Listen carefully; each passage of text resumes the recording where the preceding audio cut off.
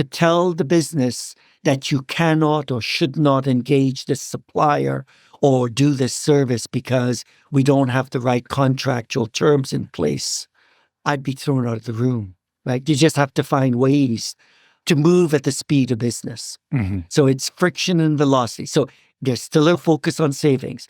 There's still a focus on risk mitigation, but there's a very strong overlay to reduce friction and increase velocity.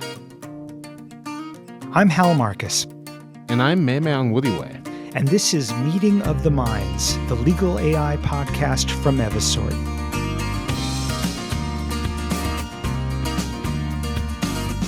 We interview lawyers, professors, and legal operations pioneers that are pushing the envelope. Leaders using technology to drive great business outcomes and shape the future of the profession. Hey, Hal. I'm excited to dive in today. We're doing something a little bit different this month, especially when it comes to the persona of who we're speaking with. Exactly. This is not someone in legal or legal operations. This is someone who is a real expert in procurement. So much of the value that we see from contract management comes from working with procurement professionals, getting value out of vendor contracts, reducing risk in vendor contracts. And we talked to somebody really knowledgeable about that today. And I've worked with hundreds of companies, especially at the strategic enterprise level, and the relationships between legal and procurement can vary so much, but the constant is it's important to get right if you want to have effective contracting. It is, and that is one of the topics that we got into with Harold Rowe, Chief Procurement Officer from T. Rowe Price. So he gets into his background, but I just got to share something that we didn't get into in the podcast that people should know, because we did a webinar not long ago with Harold as well. And what we learned there was in his 5+ years at T. Rowe Price, they've now achieved savings of $20 to $40 million per year in procurement. Awesome. Well, I'm excited to dive in today. Without further ado, let's go. Harold Rowe, thanks so much for joining us today on Meeting of the Minds. Well, thank you for inviting me. It's my pleasure to be here. So could you walk through your background a bit, how you came to the role that you're in, and a little bit about what the focus and the range of your role is? Sure. So I'm the Chief Procurement Officer for T. Rowe Price. It's an asset management company headquartered in Baltimore. T. Rowe has been in business for 87 years. We were founded in Baltimore, and we're not the largest asset management company, but I believe we have among the most stellar reputations in the asset management business. I've been their Chief Procurement Officer for about 5.5 years. I was hired to transform the procurement function. And procurement at T. Rowe, there is, if you will, the core procurement functions of sourcing and procurement operations, but as well, I have a supplier management, so third-party risk, supplier performance management, and outsourcing as it relates to our outsourcing providers. So T. Rowe, we buy about $1 billion of goods and services. It's all what we call in the industry indirect spend. So we don't buy raw materials or have direct supply chain concerns, but we buy goods and services that would support a financial services company. Before T. Rowe, I worked for CIBC for 15 years and then Bank of Montreal for about 10 years. So I've been in the procurement business for almost 3 decades. A lot of people naturally see the domain of contracts within legal. Could you talk a bit about the importance of reading and understanding agreements for folks in the procurement role? So it's interesting, the deliverables that procurement provides to the organization is a signed contract. But a contract has legal terms, which is rightfully the purview of the legal team, but it has commercial terms, which is in the purview of procurement. So while it's one document, there you read it and are concerned about different things that you see in a procurement, in a contract. So while the lawyers will look at the legal T's and C's from a risk allocation and ensuring the liability provisions are appropriate or the indemnity provisions have been considered and privacy considerations are in the contract, procurement people will look at it in terms of what's the commercial terms on the fees. Is it a contingency arrangement? Is it a deliverables-based arrangement? There prompt pay discounts? Are there penalties for lack of service? We look at KPIs and SLA. So anyway, it's the same document, but it's through different lenses. So please be honest, is all of that artful legal language then just a barrier of frustration? Wouldn't you ideally love a contract to just be a list of bullets? No, because the reality is to enable our commercial terms and to have our commercial terms take effect and have impact, we need the foundation and the enabling language that the lawyers provide us. And you can't do one without the other. I mean, there's no point having a contract with purely legal terms because ultimately it's a legal arrangement and a commercial arrangement.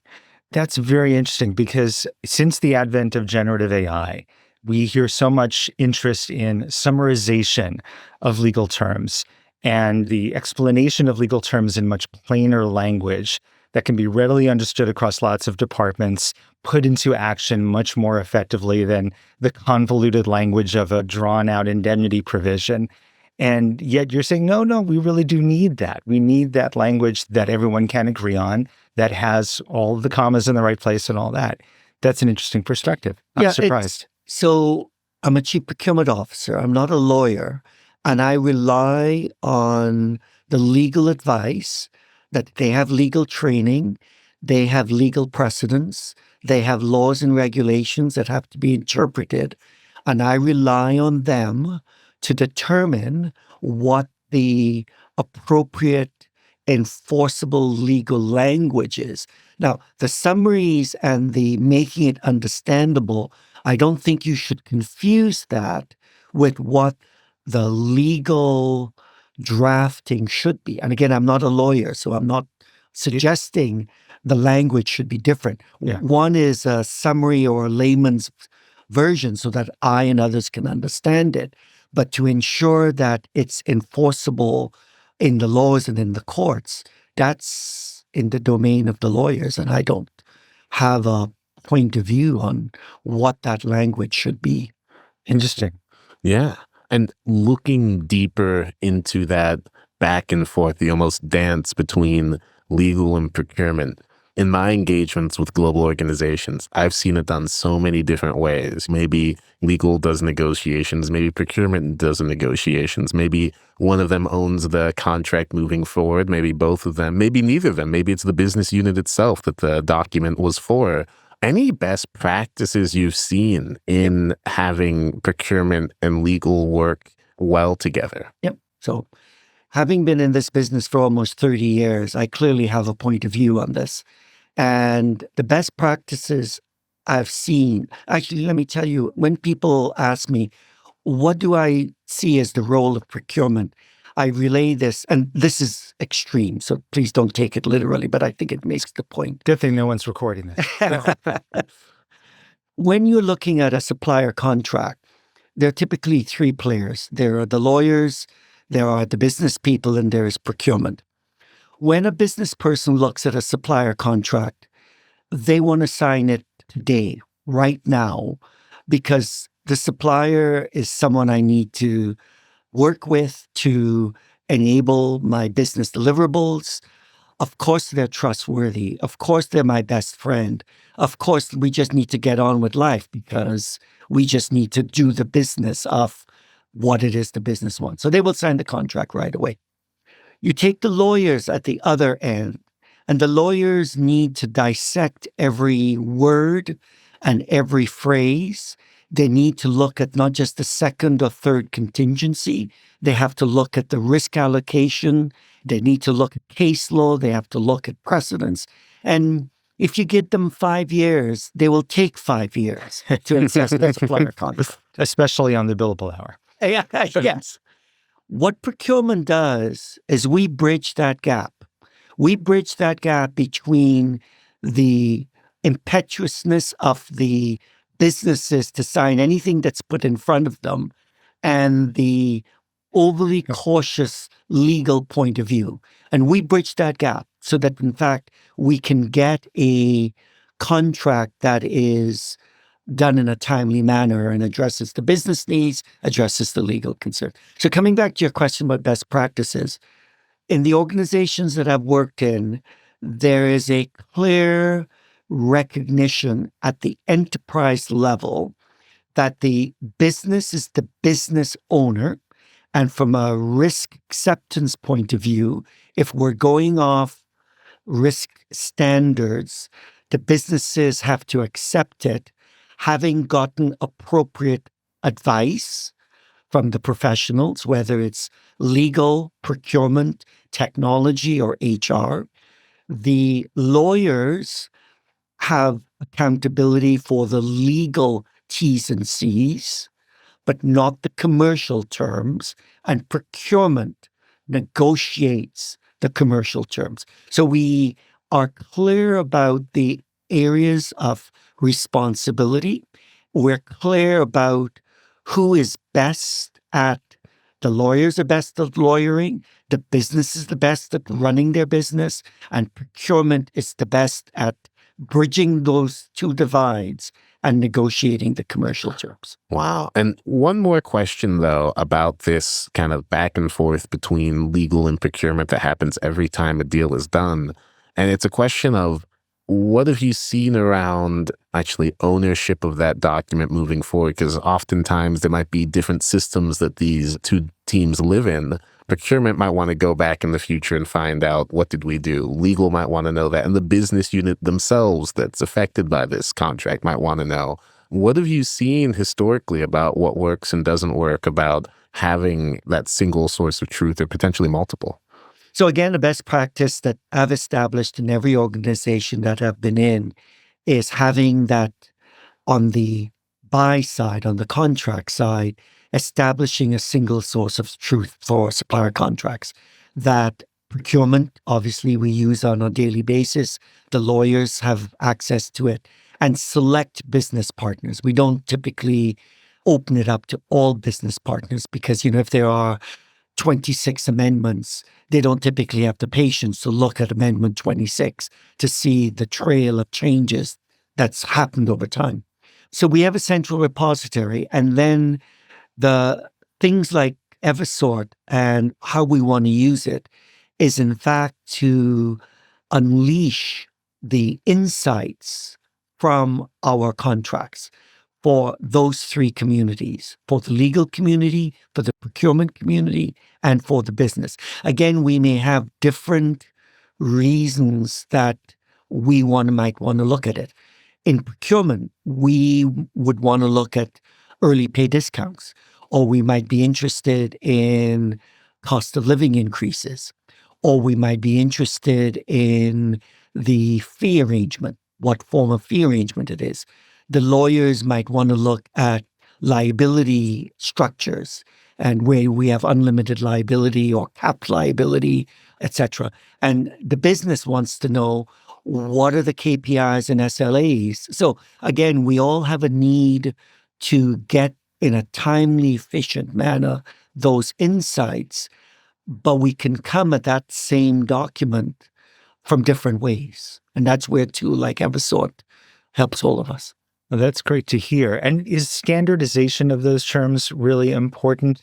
Because one of the elements that I hear a lot, we can pull this information out, but if we can't get it normalized to the point that across thousands and thousands of contracts, we can see the same data points depicted in a graph, in a bar chart, in a calendaring tool so that we have alerts and updates and that sort of thing.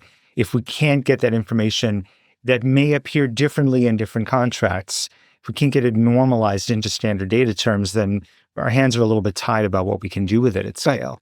So a couple points on this question. So every company, unless you are a Google or a Microsoft, we all have to sign vendor paper. So it isn't as if chief procurement officers, we propose our templates, but typically in T. Rowe's case, about half of our paper is vendor paper. So it is not standardized. similar contents, but it's in different places. And the language is different because it's not our template.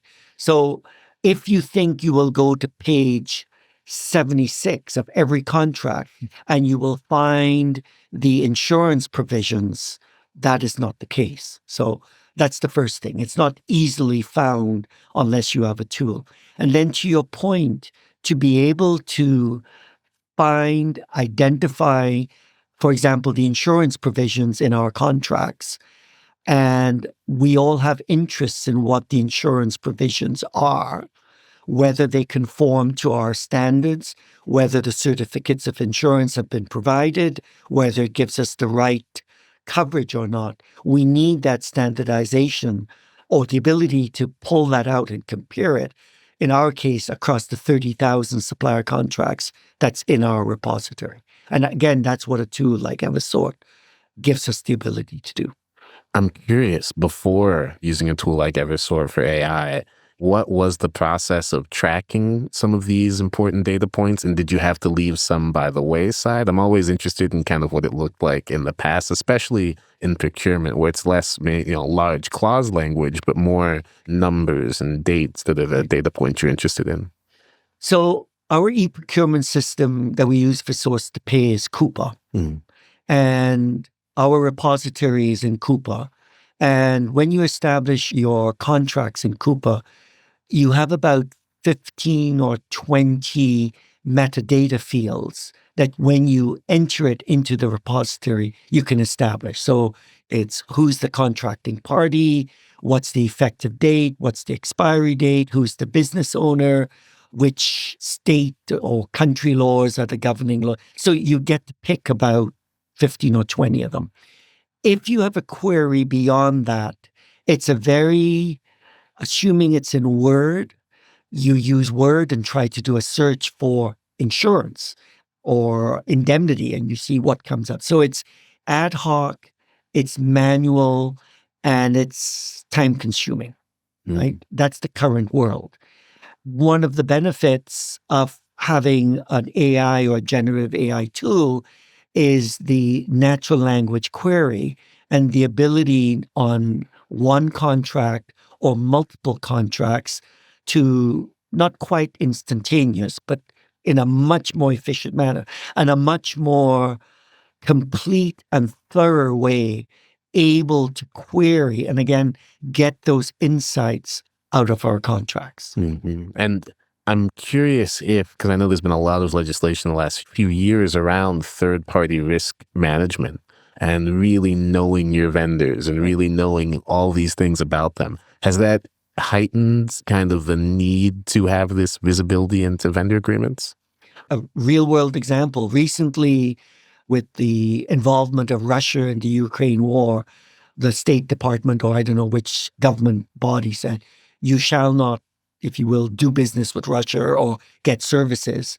And so the question came to procurement, which suppliers are providing us services from Russia? And we scratched our head and said, oh, good question. And so we had to prioritize because we don't have the tools to easily do it for 30,000 contracts. So we had to take our tier 1, tier 2, tier 3 suppliers, the top 2,000 suppliers, and do a manual search of the word Russia to see what came up. And in fact, we had developers, people that were developing code in Russia.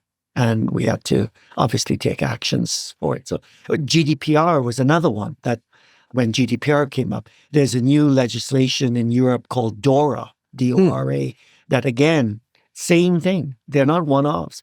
We have to be able to identify the contracts that need to be modified to incorporate the new regulations that are coming into place.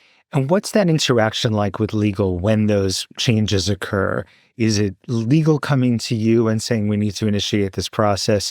Is legal taking the lead on any of that? Just generally speaking, I'm not so much trying to dig into the world of T. Rowe, but rather, how do you see that playing out in your experience and the interaction of the teams? It's a joint partnership. So legal will be aware of the regulation. They will assess the impact. They will come to us and say, can you help us identify which contracts and which suppliers are affected? We provide that list to them. They come up with proposed legal language and they give it to procurement, and then they say, we want procurement. You go off and negotiate those terms with the suppliers. So legal does the sort of backroom assessment, drafting of the revisions, but they do not negotiate those terms with the providers. So we go off, and then if the revisions that are being proposed are, quote, legal T's and C's, then it's a joint negotiation between procurement and legal at the table between Tiro and the supplier. But that's how it works. It's not an either or. It's a collaboration. Looking beyond compliance, I'm curious about financial arrangements, volume discounts, rebates, things like that. Do you get strong initiatives from the C-suite or elsewhere, KPIs, et cetera, around cost reduction? I mean, obviously you must with the amount of budget you're overseeing. And what role do contractual terms play in that kind of initiative? Big time. The mandate of most procurement organizations are twofold. It's save money and minimize risk. That's simply put. I mean, you could put a lot of words around it, but that's what it boils down. I'm in marketing. I put lots of words around it. Yes. So definitely there is a focus on commercial terms that, whether it's volume discounts, payment based on milestones, the ability to have penalties or service credits for lack of delivery, any of those commercial terms, there is a lot of focus on it. And one of the things, because we have so many contracts, often we negotiate these terms, but there is no tracking or follow-up. Did we get the volume discount, especially with our consulting companies? So we spend, like many financial services companies, large dollars with consulting firms. And we typically have a tiered fee structure that when you hit a certain dollar threshold, you get a volume discount. But first of all, you have to know what those thresholds are. And then two, you have to follow up on whether you're getting it. And unless you have the tools to be able to do that, you are leaving money on the table. So all those commercial terms that you care so much about, how do you track these things? Do you have your playbook? Do you have a way of putting all that together for a set of guidance? The short answer is currently no. We don't have a knowledge base, if you will, that captures it. It's really one of expertise and experience, sort of word of mouth or handing it down. But part of the vision that we have for using a tool, a contracts analytic tool like Eversort is, certainly we have use cases that we'd like to, those are just table stakes in terms of use cases. The next phase will be building a clause library for procurement, because I talked earlier about the division of labor between legal and procurement. And in our organization, T. Rowe Price, and the banks that I came from, the division, our target is 80-20. 80% procurement will have carriage off, 20% legal will have carriage off for the most high value, high risk contracts, because that's where the expertise lies. So we will build a clause library for procurement's use to deal with that 80% volume. But the next step in that vision is building, in fact, if you will, a commercial library. This is where, through analyzing our contracts repository, we can document the deal structures and the best practices associated with commercial terms. We don't have that today. It's really a word of mouth kind of experience thing. And I think if we're able to harvest the contract intelligence and history that's embedded in our contracts, it can make a procurement organization much more efficient and effective. But we're not there yet. That's not the first use case, but that is where we are. Part of my vision anyway, in terms of where we want to go.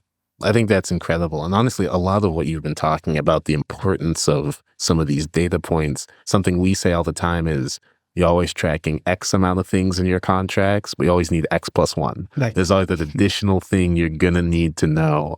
And I'm curious because you just went through a very thorough vetting of different tools. And when you were looking at different AI-powered tools and doing proof of concepts and pilots, et cetera, how did you test to confirm that the tool you landed on wasn't just setting you up for success today, but for those eventual X plus ones and additional data points that your team may want to track down the line? Yeah, happy to fill you in there. So yeah, anything that T. Rowe Price does, we do it quite deliberately and comprehensively. So we ran 5 proof of concepts with 5 different sort of the leaders in the AI space.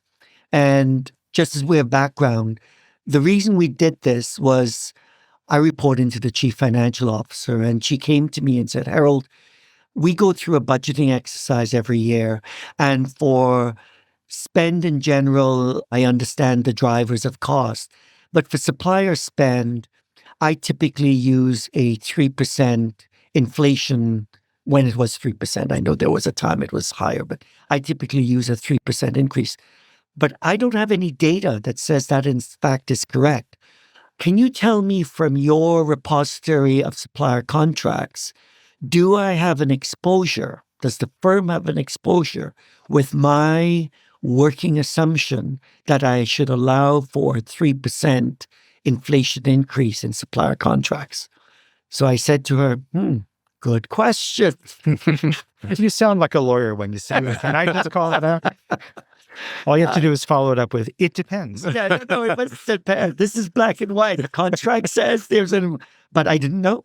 So we didn't have the tools. So we hired a small army of people to manually go in. And again, we had to prioritize the number of contracts, and we got an answer that said mostly she was right, but we had some outliers that she had to provide for. So we had a manual answer. And then we said, we wonder if there's some AI tools, since we know what the answer should be. And that was our proof of concept. A business question that our CFO asked around inflation increases.